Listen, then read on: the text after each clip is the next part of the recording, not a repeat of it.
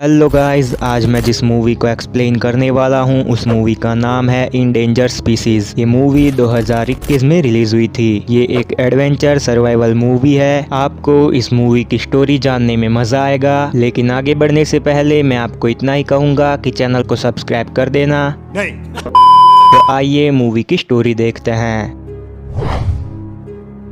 Movie start होती है और हम देखते हैं एक फैमिली को जो कि केन्या आई है वाइल्ड लाइफ सेंचुरी में अपना वैकेशन मनाने। फैमिली में है जेक, उसकी वाइफ लॉरेन और उनके दो बच्चे नोआ और जोई, और उनके साथ आया है जोई का बॉयफ्रेंड बिली। वो सब केन्या लैंड हो जाते हैं और वो लोग वहाँ पर देखते हैं कि गन्स लिए कई औरत अपने साथ कुछ लोगों को ले जा रही होती हैं। खैर, वहाँ पर उस फैमिली की मुलाकात एक मिच नाम के आदमी से होती है जो कि उन सबको बताता है कि ये औरतें उन लोगों को पकड़कर ले जा रही हैं जो कि जंगल में जानवरों का शिकार करते हैं, और इनमें से कोई भी भागने की कोशिश करता है तो ये औरतें उन्हें मार डालती हैं। फिर हम देखते हैं कि वो फैमिली एक वैन में बैठकर होटल तक पहुंच जाती है। फिर रात हो जाती है और लॉरेन जैक का फोन चेक करती है। तब उसे पता चलता है कि जैक को नौकरी से निकाल दिया गया है। जैक की सेविंग्स भी खत्म होने को आई हैं, इसीलिए इन्हें सोच समझकर खर्चा करना होगा। जैक लॉरेन को समझाता है कि चिंता मत करो, सब कुछ ठीक हो जाएगा। साथ ही हमें ये भी पता चलता है कि लॉरेन को डायबिटीज है, इसीलिए उसे इंसुलिन लेना पड़ता है। अगले दिन वो सब सफारी पर जाने के लिए निकल रहे थे। तभी वहाँ का मैनेजर उन्हें रोक कर बताता है कि जब आपने बुक किया था उसमें सफारी इंक्लूड नहीं थी, तो अगर आपको सफारी पर जाना है तो आपको उसका अलग से पे करना पड़ेगा। जैक कम पैसों में सफारी तो बुक कर देता है, लेकिन इस वजह से इन्हें एक गार्ड और एक गाइड नहीं मिलता। फिर वो सब अपना सामान वैन में रख देते हैं और नेचर को नुकसान ना हो इसीलिए ये लोग प्लास्टिक की बोतल्स की जगह कांच की बोतल्स अपने साथ कैरी करते हैं। वो लोग अपना सफर स्टार्ट करते हैं और अब बारी आती है वाइल्ड लाइफ सेंचुरी में एंटर करने की। यहाँ वाइल्ड लाइफ सेंचुरी में एंटर करने से पहले इन्हें रजिस्टर करना होगा, लेकिन जल्दबाजी में ये लोग रजिस्टर नहीं करते और सीधा ही निकल जाते हैं। इनके सफर में इन्हें कई सारे जानवर दिखाई देते हैं, लेकिन इन्हें सबसे ज्यादा इंटरेस्ट था राइनो देखने में, क्योंकि शिकारी उनके सींग के लिए उनका ज्यादा शिकार करते हैं और इसीलिए राइनोस काफी कम बचे हैं। इन्हें राइनो देखने की इतनी जल्दी थी कि ये रोड छोड़कर ऑफ रोडिंग करने लगते हैं, और वहाँ पर ऑफ रोडिंग करने की साफ मनाही की गई थी। और उस जगह पर वैन को नोआ चला रहा था, जिसे ठीक से ड्राइविंग करनी भी नहीं आती। खैर, वो आगे बढ़ते रहते हैं और थोड़ी देर बाद इन्हें एक राइनो दिखाई देता है। वो सब राइनो को देखने में बिजी थे। तभी उन्हें राइनो का छोटा सा बच्चा भी दिखाई देता है, और वो बच्चा इनकी वैन के काफी नजदीक था। राइनो भी वैन को देख लेती है और उसे अपने बच्चे के लिए खतरा महसूस होता है, इसीलिए वो इनकी वैन पर अटैक कर देती है। फिर वो वहाँ से चली जाती है और थोड़ी देर बाद उनकी वैन को दूसरी डायरेक्शन से जोरदार टक्कर मारती है, जिस वजह से उसका सींग वैन के अंदर घुस जाता है और जैक के पैर को इंजर्ड कर देता है और उनकी वैन भी पलट जाती है। फिर वो राइनो अपने बच्चे के साथ वहाँ से चली जाती है। लॉरेन जल्दी से जैक के पैर को एक कपड़े से बांध देती है ताकि उसका खून बहना बंद हो जाए। फिर धीरे धीरे वो सब वैन से बाहर निकलते हैं और वैन को सीधा करने की कोशिश करते हैं, लेकिन नहीं कर पाते। और अगर वैन सीधी हो जाती तो भी कोई फायदा नहीं था, क्योंकि वैन खराब हो चुकी। वो सब अपना फोन चेक करते हैं तो फोन में सिग्नल्स भी नहीं थे, इसीलिए वो किसी की हेल्प भी नहीं बुला सकते थे। ऊपर से ये रजिस्टर किए बगैर ही यहाँ पर आए हैं, इसीलिए इनके बारे में कोई भी नहीं जानता।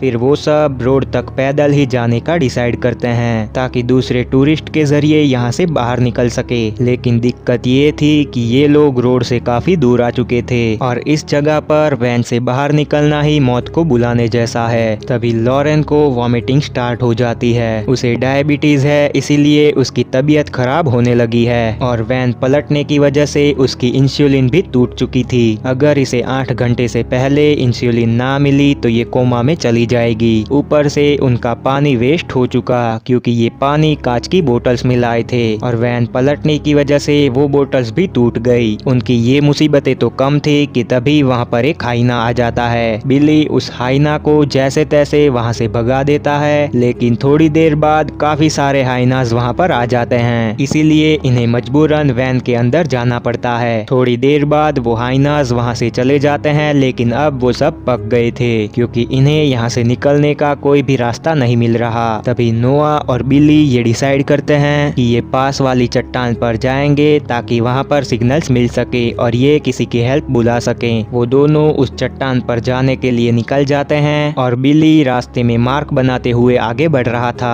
ताकि ये दोनों वापसी का रास्ता भूले नहीं। ये दोनों चट्टान पर पहुंच जाते हैं, लेकिन वहां पर भी सिग्नल्स नहीं थे। तभी नोआ को दूर कुछ दिखाई देता है और वो किसी कैंप जैसा लग रहा था। तभी अचानक एक तेंदुआ बिली पर हमला कर देता है और नोआ उसकी हेल्प करने के बजाय वहां से भाग जाता है। लेकिन थोड़ी देर बाद नोआ को अपनी गलती का एहसास होता है और वो बिली की हेल्प करने के लिए वापस आता है। लेकिन नोआ ये देखता है कि बिली वहां पर नहीं था क्योंकि वो तेंदुआ बिली को अपने साथ ले गया। फिर नोआ भागकर जल्दी से वैन के पास आता है और अपनी फैमिली को सब कुछ बता देता है। यहाँ पर जोई बिली के बारे में जानकर एकदम ही शॉक हो गई थी। वो बिली को ढूंढने के लिए निकल जाती है और जैक भी उसके पीछे था, लेकिन उसे ये नहीं पता था कि आखिर बिली किस डायरेक्शन में गया था, इसीलिए वो रुक जाती है। यहाँ दूसरी तरफ हम बिली की बॉडी को देखते हैं जिसे तेंदुए ने पेड़ के सहारे लटका रखा था। अब जैक और जोई वापस वैन में जा रहे थे, तभी वो देखते हैं कि उनकी वैन के पास 2-3 हाइनास थे। वो दोनों उन हाइनास को जैसे तैसे वहां से भगा देते हैं और फिर वो वैन में पहुंच जाते हैं। लेकिन अब तक ये समझ चुके हैं कि अगर ये वैन में बैठे रहे तो कोई ना कोई जानवर इन्हें मार देगा और बचने के लिए इन्हें यहाँ से निकलना पड़ेगा। तभी नोआ सबको बताता है कि मैंने चट्टान से दूर एक कैंप देखा था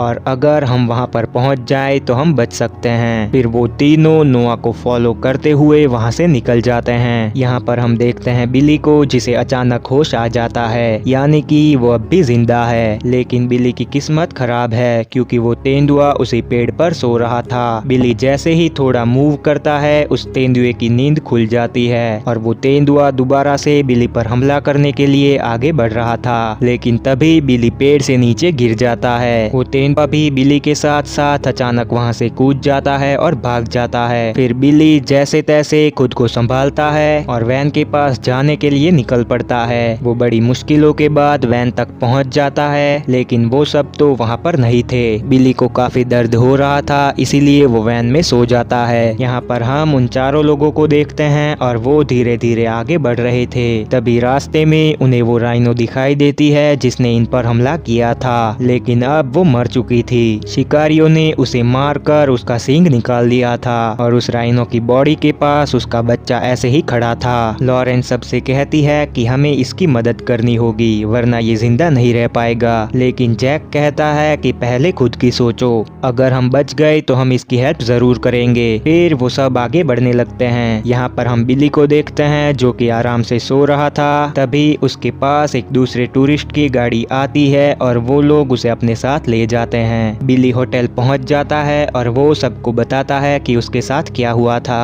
और कहता है कि मेरे साथ और 4 लोग भी थे। फिर वो सब एक टीम को भेजते हैं उन चारों को ढूंढने के लिए। वहीं पर इन चारों को रास्ते में चलते चलते एक नदी दिखाई देती है और उसके आगे ये नहीं जा पाएंगे, इसीलिए वो सब बैठकर थोड़ा आराम कर रहे थे कि तभी उन्हें हाइनास की आवाज सुनाई देती है और उन हाइनास से बचने के लिए ये चारों एक बड़े से पत्थर के पीछे छुप जाते हैं। लेकिन कोई भी फायदा नहीं होता क्योंकि हाइनास ने इन्हें ढूंढ लिया। वो हाइनास इनकी और आगे बढ़ रहे थे कि तभी गोलियों की आवाज सुनाई देती है, जिससे डरकर हाइनास वहां से भाग जाते हैं। वो गोलियां मीच ने चलाई थी। मीच वही आदमी है जो प्लेन लैंड होने पर इन्हें मिला था। फिर मीच उन चारों को अपने कैंप में ले जाता है। जैक मीच से कहता है कि लॉरेन को फौरन ही हॉस्पिटल ले जाना पड़ेगा, उसे फौरन ही मेडिकल ट्रीटमेंट की जरूरत है। तब मीच जैक से कहता है कि मेडिकल सेंटर यहाँ से 2 घंटे की दूरी पर है। जोई मीच के कैंप में टहल रही थी, तभी उसे एक बैग दिखाई देता है और उस बैग में राइनोस के सींग और हाथियों के दांत थे, जिसे देखकर जोई समझ जाती है कि ये लोग शिकारी हैं। मीच भी जोई को नोटिस कर लेता है और वो समझ जाता है कि जोई को सब कुछ पता चल गया। जैक अपनी बेटी को बचाने के लिए कहता है कि हमें ना ही तुमसे और ना ही तुम्हारे काम से कोई लेना देना है, बस हमें यहाँ से निकलने में हेल्प कर दो। लेकिन अब मीच ऐसा नहीं करने वाला, वो जैक के सिवाय सबको बांध देता है। फिर वो जैक को राइनो का सींग दिखाकर कहता है कि ये सोने से भी महंगा है, तुम 1 साल में जितना कमाते हो उतना तो हम एक दिन में कमा लेते हैं। फिर मीच जैक के पैर के घाव को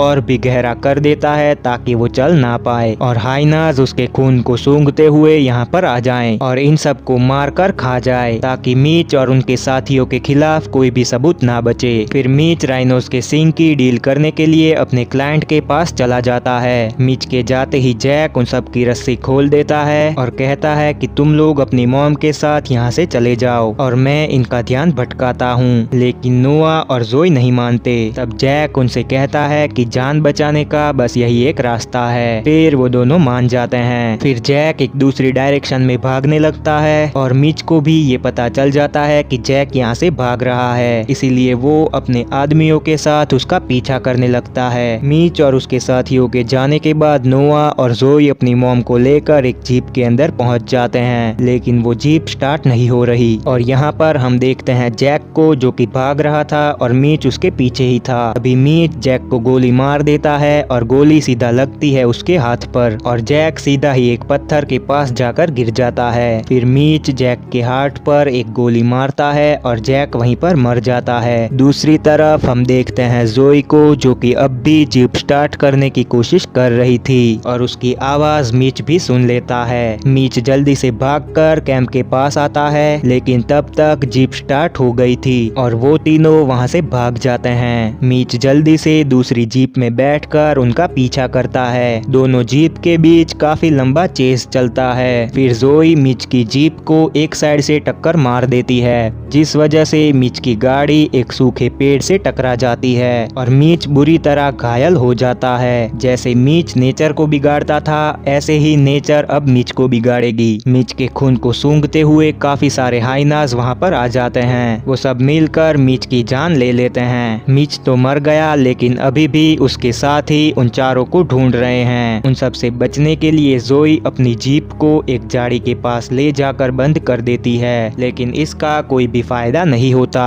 क्योंकि वो सब इन्हें ढूंढ लेते हैं। वो सब उन तीनों को मारने के लिए आगे बढ़ रहे थे। तभी वाइल्ड लाइफ और उन चारों को बचाने वाली टीम वहाँ पर आ जाती है। वो टीम उन सभी शिकारियों को शूट कर देती है। उस टीम के साथ बिली भी आया था। शिकारियों के मरते ही एक डॉक्टर लॉरेन को इंसुलिन दे देता है। इस वजह से लॉरेन बच जाती है। मूवी के एंड में हम देखते हैं कि उस राइनो के बच्चे को भी बचा लिया गया और उस राइनो के बच्चे को बचाने का सारा खर्चा जैक के इंश्योरेंस मनी से हुआ। इसी के साथ ये मूवी एंड हो जाती है। खैर, वीडियो पसंद आई हो तो एक लाइक जरूर करना और चैनल पर नए हो तो सब्सक्राइब भी कर देना। मैं मिलता हूँ आपको अगली वीडियो में, तब तक के लिए bye bye, tata, good bye.